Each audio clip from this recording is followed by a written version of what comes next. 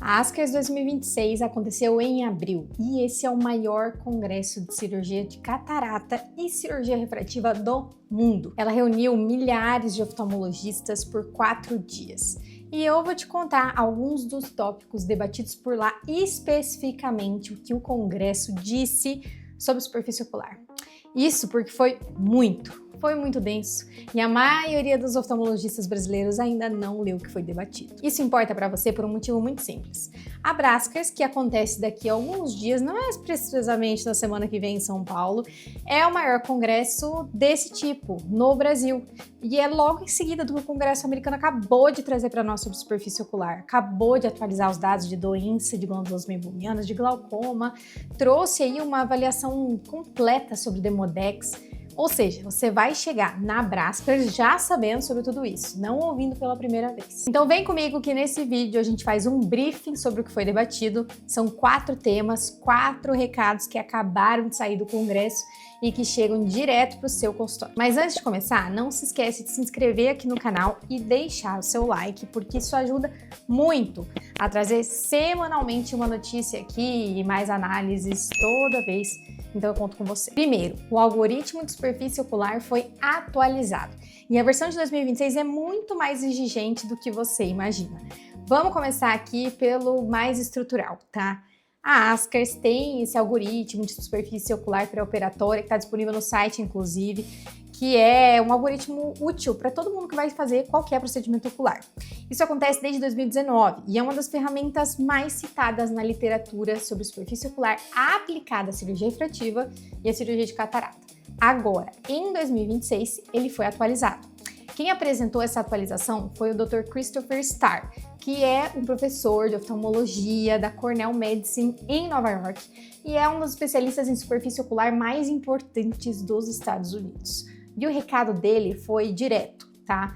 Os pacientes que chegam para cirurgia refrativa ou cirurgia de catarata, que vai receber uma lente premium, precisa de um resultado muito bom. E aqui o cirurgião precisa prestar atenção à superfície ocular antes e depois do procedimento. Porque o olho seco associado a uma lente multifocal é uma receita completa de desastre. Mas o que então mudou concretamente nesse fluxograma? Primeira mudança, o diagnóstico é muito mais objetivo e ele depende menos do sintoma, o que é muito interessante para nós oftalmologistas. Então a versão 2026 traz um algoritmo que incorpora uma triagem objetiva antes do paciente entrar no consultório. Osmolaridade lacrimal, a metaloproteinase 9, estesiometria, questionários, por exemplo, o OSDI-6, que saiu no DIUS 3 recentemente. Então, por que isso importa? Porque os sintomas isolados, eles são muito divergentes, né?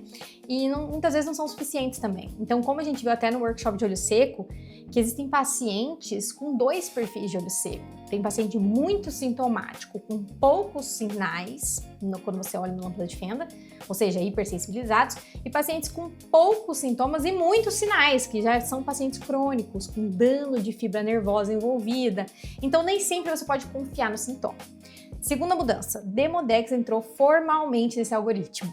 Então, esse algoritmo atualizado incluiu uma orientação específica sobre blefarite por Demodex, o que reflete, inclusive, a disponibilidade dos tratamentos que não existiam, em 2019. O Demodex sempre foi tratado como um achado incidental e um problema que é muito frequente no paciente idoso, que é o paciente que vai ser indicado para catarata. Mas agora ele está então formalmente nesse algoritmo de preparo cirúrgico. Então se você opera catarata, opera LASIK, vai colocar uma lente premium, multifocal, trifocal, e você não está olhando para os colaretes antes da cirurgia, você está desatualizado. Inclusive, existe recomendação formal agora para isso. Terceira mudança, a dor neuropática corneana virou linha vermelha para cirurgias eletivas.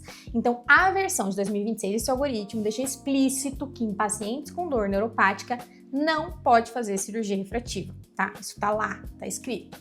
Isso é importante e é bem delicado, inclusive, porque o paciente com dor neuropática, frequentemente, ele chega para o consultório pedindo um LASIK ou, inclusive, uma lente multifocal.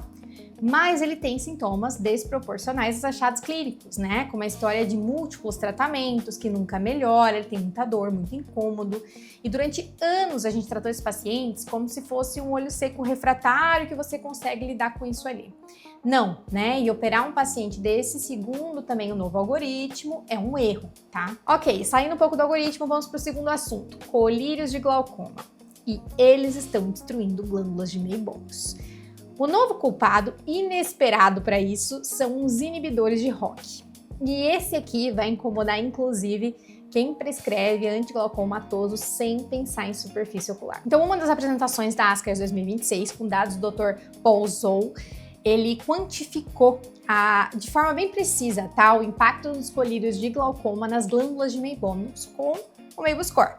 E também com grupo controle, com análise multivariada, inclusive para idade e sexo, tá? E os resultados que ele apresentou foram: a exposição a uma medicação tópica de glaucoma foi independentemente associada com um aumento de 0,75 de pontuação do Meibos Score, que é uma elevação clínica bem significativa, tá? Na escala de pontuações ali mais altas, principalmente quando a gente fala de glândulas com dropout. Então, o estágio final ali da doença, tá? Mas o dado mais chamativo foi o de subgrupo. Então, o uso prolongado de inibidores de ROCK, como o netazurdil para glaucoma, né, foi especificamente mais elevado do que todos os outros agentes. E isso, assim, o netazurdil tem bombado muito nos Estados Unidos como antiglaucomatoso. E tá para chegar no Brasil, então já serve de atenção, tá? Isso não é uma razão para você desistir de prescrever essa medicação, o netazurdil, quando ele chegar aqui no Brasil, mas para monitorar a superfície do paciente com glaucoma de uma forma ativa, com meibografia, com avaliação glandular, expressão glandular, principalmente quem usa por maior período essa medicação, tá? E outra, né? Você parar de tratar esse paciente de olho seco com muito colírio, principalmente sabendo que ele tem uma meibomite iatrogênica, ou às vezes ele já tem esse risco e você está piorando com o netazurdil. Então, prestar muita atenção, que o medicamento vai ser aprovado no Brasil em breve, a respeito disso, tá? E acompanhar muito de perto esses pacientes. E terceiro, o Demodex, de novo. Esse dado precisa ficar na sua cabeça. O Demodex folliculorum, que é o ácaro microscópico que vive no folículo ciliar, quando ele tem aquela proliferação, ele acaba causando blefarite clássica com colarete. Ok, isso a gente já sabe, já viu até aqui. O problema agora é que a maioria dos médicos não olha para os cílios na sua consulta de rotina. Então, a gente acaba procurando ali o colarete, não pensa em Demodex, e trata o paciente com um olho seco crônico, recidivante, uma blefarite, vai fazer IgM, sensação de corpo estranho, vai usar mais colírio e tudo mais. Isso acontece por anos, muitas vezes sem identificar a causa real. Pois bem, na ASCRS 2026, eles trouxeram o Demodex como um tema central. Ele foi discutido como a causa raiz de olho seco e de blefarite, que agora tem um tratamento específico disponível, na verdade desde 2023, que foi lançado lá, né? O Lotilaner, que é a solução 0,25%, lá conhecido como LexDenV, ele é o primeiro tratamento aprovado pela FDA que é específico para a morte do Demodex, desse ácaro. Em março de 2026, ele também foi aprovado, inclusive, na China, tá? Onde tem uma prevalência muito alta de infestação, blefarite por Demodex. O mecanismo dele é super elegante, bem interessante, né? O Lotilaner, ele causa uma morte espástica, inibindo seletivamente os canais de GABA desse parasita. Então, ele não tem efeito nos canais humanos, ele é extremamente seletivo para ácaro. São 2 gotas ao dia por 6 semanas e os resultados mostraram uma redução significativa nos colaretes e tem um efeito sustentado no ano inteiro de segmento. Então, é um ciclo de 6 semanas para 1 ano de resultado. Mas o recado que a ASCRS, na verdade, deu agora, né, não é nem sobre esse medicamento que ele já tinha sido lançado há mais de 1 ano lá fora, lá nos Estados Unidos, mas é sobre rastreio. Então, é sobre você incorporar a busca por colarete no exame de rotina, não só no pré-operatório de uma cirurgia, no paciente muito crônico, mas no paciente qualquer um, que chegar no seu consultório com uma blefarite, um olho seco refratário, sensação de irritação ocular persistente, já usou vários colírios, procure. No Brasil, o LexDenV ainda não está disponível, mas o diagnóstico de Demodex, ele é clínico, ele é gratuito, e ele depende apenas de você prestar muita atenção no paciente, né, no seu exame. Agora, o tratamento sem o Lotilaner aqui no Brasil vale uma discussão de horas, tá? A gente fez isso no workshop de blefarite, eu vou deixar o link aqui na descrição caso você queira assistir, porque são várias as possibilidades. Nenhuma é tão boa como o Lotilaner, mas é o que a gente tem aqui, né? Vários esquemas tópicos para casa, de fazer no consultório, sistêmico, enfim. Quarto tema. E esse é o tema mais clínico, mais direto e que tem sua aplicação imediata. O Dr. Eric Donenfeld, que é um dos líderes aí de superfície ocular nos Estados Unidos, ele apresentou durante o congresso uma análise de subgrupos que estratificou os pacientes padrão e por velocidade de resposta ao Liftegrast. E o que ele encontrou foram 5 subgrupos distintos de pacientes, tá? Que eles responderam imediatamente na primeira visita.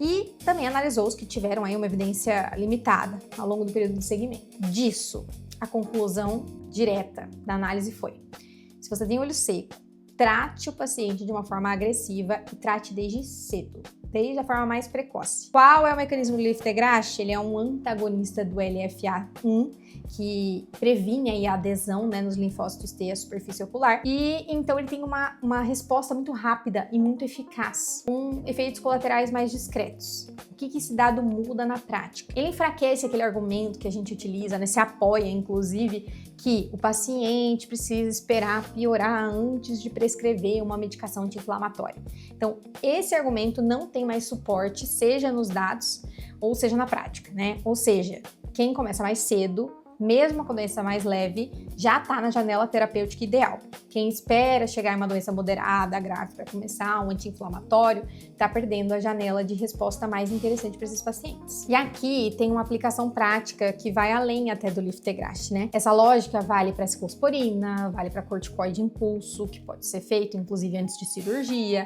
vale para a decisão de quando intervir uma glândula de Meibomius, vale como inflamação. Então a inflamação de superfície ocular, ela se retroalimenta. E quanto mais tempo você permanece ali sem tratar, mais vai ser difícil de reverter. Então, a ASCRS 2026 disse isso com dados. Tratar cedo não é agressividade desnecessária. É, inclusive, um excelente ponto para você agir. E eles trouxeram o Liftegrast como um destaque, porque eles tiveram um resultado bem precoce, na primeira visita, depois que iniciou o tratamento. Tá, e o que isso tem a ver com o Brasil agora, nesse momento? Bom, foram 4 temas, 4 recados que saíram aí diretamente de Washington, em abril, pouco tempo atrás. E agora, na semana que vem, a gente tem na ASCRS o maior congresso também sobre esse tema no Brasil e com certeza vai ter todo esse contexto da ASCRS que acabou de acontecer como um pano de fundo. O que o cenário brasileiro tem de novo nesse momento? Bom, a gente tem o Systane Complete, sem conservantes, que falamos há um tempo atrás aqui também no canal, que é o primeiro, né, lubrificante com composição lipídica verdadeira, sem conservantes, disponível no Brasil, que é um produto que faz muito sentido justamente para esse perfil de pacientes com meibomites, que a ASCRS acabou de colocar, inclusive, como centro da conversa. Mas muito além desse produto, a gente tem um movimento muito amplo que vale a pena reconhecer. Então, o mundo está tratando a superfície ocular como uma especialidade integrada ao processo cirúrgico, não como uma queixa paralela. A gente vê isso em diversos artigos. O Demodex, ele entrou no algoritmo pré-operatório, lembra? A dor corneana neuropática virou uma contraindicação formal para cirurgia eletiva e a inflamação precoce virou uma janela terapêutica ideal para o tratamento. No Brasil, a gente vai muito provavelmente discutir isso na semana que vem e você não precisa esperar o congresso que acontece aí uma vez por ano para você incorporar todas essas notícias e informações na sua realidade, no seu dia a dia.